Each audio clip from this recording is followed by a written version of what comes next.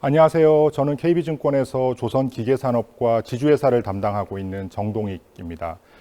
오늘 조선산업 또 기계산업 지주회사까지 얘기를 좀 드리려고 하는데요.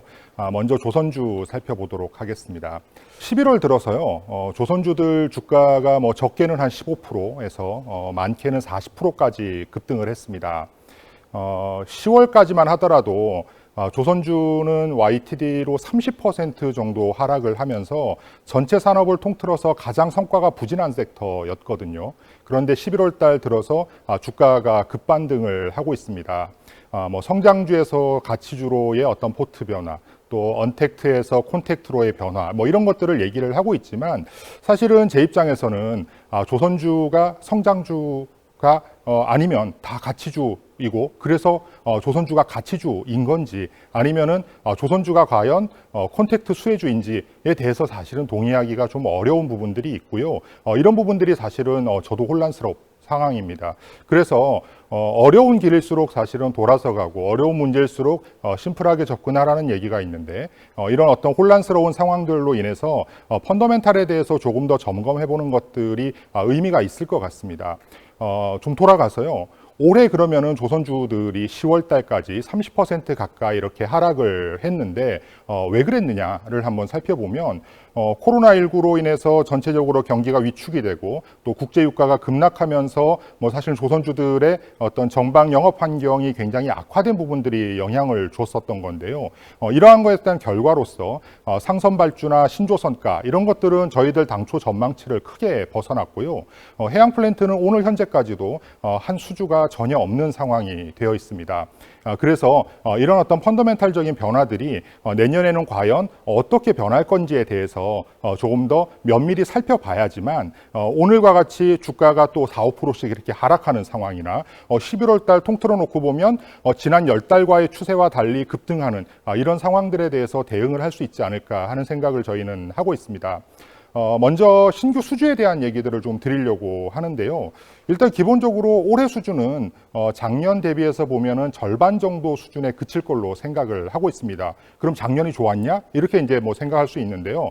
작년 수주는 재작년 대비해서 또 30% 정도 낮은 레벨이었거든요. 그러니까 사실은 재작년하고 올해를 또 이렇게 비교한다라고 하면 절반에도 훨씬 미치지 못하는 수주의 양을 기록을 하고 있는 거죠. 다행인 거는 올해 대비해서 내년에는 약 50% 정도의 수주 증가를 기대를 하고 있습니다.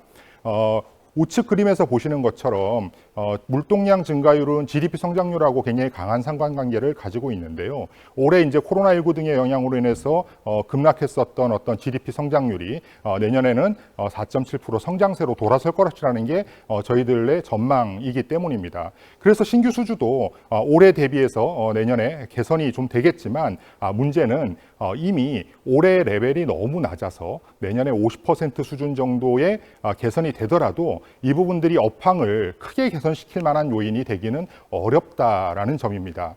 전체적인 경기에 따른 영향이 이렇게 제한적이다 보니까 많은 투자자분들은 LNG선에 대한 기대감을 가지고 있습니다. 저희는 내년에 LNG선이 40척에서 45척 정도 발주가 있을 거라고 생각을 하고 있고요. 이게 내년으로 끝나는 게 아니라 내후년, 그 후년까지도 굉장히 장기적으로 LNG선에 대한 안정적인 수요가 있을 것으로 생각을 하고 있습니다. 문제는 이러한 업황상에서의 기대감과 주가 간의 괴리인데요. 올해 상반기를 한번 생각해 보시면 카타르에서 LNG선이 100척 이상 나올 거다 이런 얘기들로 인해서 조선주들이 움직였던 구간이 있습니다. 하지만 오늘 현재까지 그 나온다던 카타르 LNG선 단 한 척도 발주가 나오지 않은 상황입니다. 업황의 개선은 굉장히 느린 속도로 이루어지고 있고요. 주가는 그에 반해서 너무 빠른 속도로 변화가고 있는 거죠. 그래서 업황에 대한 어떤 방향성은 분명하지만 이 방향성이 주가를 추세적으로 끌어올릴 수 있느냐에 대해서는 저는 고민이 필요한 시점이라고 생각을 합니다. 가격도 문제입니다. 수주를 많이 한다고 해서 무조건 좋은 걸까요? 수주를 많이 하더라도 가격이 충분히 만족스럽지 못하다고 하면 이게 이익으로 연결되기가 어려운 부분들이 있을 텐데요. 지금 그림에서 보시는 것처럼 신조선가는 계속해서 지금 하락 추세이고요. 이 자료가 마감된 이후에도 추가 하락해서 지금 125포인트 정도까지 낮아져 있는 상황입니다. 저희는 내년 상반기까지는 이런 가격 하락세가 지속될 걸로 생각을 하고 있고요. 하반기에 리바운드 한다라고 하면 현재와 비슷한 수준 정도를 예상을 하고 있습니다. 그렇지만 이게 어떤 문제를 야기하는지를 생각해 보면 상황이 훨씬 더 심각해질 수 있습니다. 우측 그래프를 한번 보시면은요. 배 가격은 한 척을 건조하는 데 있어서 배 가격이 작년 연말 대비해서 대형 유조선 기준으로 해서 약 10%, 죄송합니다. 약 100억 원 정도 하락을 했습니다. 하지만 올해 강제 가격이 내려오면서 원가가 절감된 부분도 있는데요. 그게 약 13억 원 정도 돼요. 그러면은 실제로 똑같이 배를 한 척 만들었을 때 작년에 수주한 배 대비해서 올해 수주한 배는 수익성 측면에서 이 정도의 한 8, 90억 정도의 로스를 감안해야 된다라는 결론이 나오는 거거든요. 그래서 수주가 다소 는다고 하더라도 가격이 만족스럽지 못한다라고 하면 미래의 어닝을 개선시킬 수 있는 부분들은 굉장히 제한적일 것이라는 게 저희들 생각입니다. 해양 플랜트에 대한 부분들도 사실은 걱정입니다. 저희가 전성기에 2013년, 14년 무렵에 보시면 조선사들 전체 매출액의 60에서 70% 정도를 해양 플랜트가 차지를 했었습니다. 그런데 유가가 낮아지면서 해양 플랜트 발주가 오늘 현재까지 단 한 건도 없는 상황이 되어 있습니다. 저희는 유가가 평균적으로 배럴당 60에서 80달러 수준 정도는 되어야지 해양 플랜트 시장이 최소한의 정도라도 작동을 할 수 있다라고 생각을 하고 있는데 조금 전 들으셨던 것처럼 저희는 내년도 WTI의 평균 가격을 50.4불 정도로 예상을 하고 있거든요. 올해도 안 좋지만 내년에도 조선사들이 충분한 해양 플랜트 물량을 확보하기에는 어려울 거다라고 생각하는 판단의 근거입니다. 이렇게 되면 기대할 수 있는 부분들은 사실은 실적밖에 없죠. 수주 환경이라든지 수주의 조건이 지금 다 나빠지고 있는 상황이기 때문에 이 부분들을 어닝으로 커버할 수 있다라고 하면 주가에는 사실은 긍정적인 영향을 미칠 수도 있을 텐데요. 다행히도 조선사들의 실적은 내년에 큰 폭으로 개선될 가능성이 높아 보입니다. 다만 이 개선의 본질이 실제로 영업 활동을 통해서 이익이 개선되는 게 아니라 올해 실적이 드릴십 등과 관련된 충당금 이슈 등으로 인해서 일회성 비용이 대규모로 발생을 했고요. 그런 부분들로 인해서 사실은 올해 실적이 대규모 적자를 기록한 상황이기 때문에 이 부분들이 해소된다라고 하면 내년에 실적 개선폭은 사실은 굉장히 커지죠. 하지만 이 부분들이 정상적인 영업 활동에서 개선된 실적이다라고 얘기는 하기 어려운 부분들이기 때문에 이것만으로 조선주를 중장기적으로 바이앤홀드 하자 이렇게 얘기 드리기는 어렵겠다는 게 저희들 판단입니다. 그래서 저희는 조선주에 대한 대응은 한국조선해양 한 종목을 시장 비중 정도 가지고 가면서 분위기에 따라서 비중을 늘리고 줄이고 하는 정도의 대응이면 충분하지 않겠느냐 하는 생각을 가지고 있습니다. 한국조선해양 같은 경우에는 전체적으로 보실 때 부채 비율이나 차입금 비율이나 이런 재무 구조가 다른 조선사들에 비해서 상대적으로 양호하고요. 수주 잔고도 상대적으로 여유가 있는 편입니다. 그러다 보니까 업황이 개선의 속도가 기대에 미치지 못하더라도 이런 불황을 버틸 수 있는 기초 체력을 가지고 있다. 이렇게 얘기를 드릴 수가 있을 것 같습니다. 기계는 두산 밥캣과 한화 에어로스페이스 두 종목만 보시면 충분하지 않을까 하는 게 저희들 생각인데요.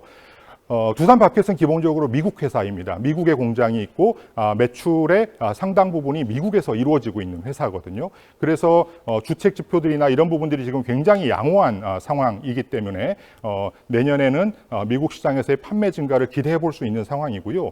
또 바이든의 대통령 당선으로 인해서 환경이나 인프라 투자 또 바이아메리카 뭐 이런 부분들에 대한 정책적인 수혜도 기대가 되는 부분입니다. 다만 바이든 대통령 당선자가 법인세율 인상을 추진하고 있는 부분들이 다소 신경이 쓰이지만 이런 부분들은 단기간에 당선 취임 직후에 바로 실행할 수 있는 부분이 아니라는 측면에서 적어도 내년에 걱정할 부분은 아니다라는 것이 저희들 생각입니다. 두 번째 기계업종 추천 종목은 한화 에어로스페이스입니다. 하나 에어로스페이스는 사실은 매출의 한 60% 정도가 방산 부분에서 나오고 있고요. 나머지는 항공기 엔진 부품 등을 생산하고 있는 이런 업체라고 보시면 되는데, 올해는 코로나19의 영향이 좀 있었죠. 항공기 수요가 급감했기 때문인데 다행히 이런 부분들을 올해 방어를 잘 했습니다. 그리고 내년에는 방산 쪽에서의 수출 모멘텀을 저희가 기대해 볼 수 있는 부분들이 크다라고 생각을 하고 있습니다. 최근 국제 무기 시장에서 한국산 무기들이 K푸드, K팝 뭐 이런 것들에 이어서 K방산이 사실은 이슈가 이제 굉장히 되고 있는데요. 특히 방산 아이템들 중에서도 지상 무기 체제는 시장에서 경쟁력을 충분히 갖춘 것으로 판단을 하고 있고요. 저희는 지금까지 수출 효자 상품이었던 K9 자주포 이외에도 장갑차라든가 자주 대공포 등에서도 내년에는 수출 성과가 나올 것으로 이렇게 기대를 하고 있습니다. 다음은 지주회사에 대해서 짧게 말씀드리려고 하는데요. 지주회사 역시 삼성물산과 현대중공업 지주 이렇게 두 종목만 보시면 충분하지 않겠느냐 하는 게 저희들 생각입니다. 삼성물산은 뭐 최근에 이제 그 전 이건희 회장께서 이제 돌아가시면서 뭐 상속과 지배구조 이런 거 관련해 가지고 사실은 굉장히 많은 논의들이 시장에서 이루어지고 있는데요. 저희는 단기적으로 뭐 이런 식의 논의들이 어떻게 될 거다라는 결론을 가지고 거기에 맞춰서 대응하는 것들은 한계가 좀 있다라는 생각을 하고 있습니다.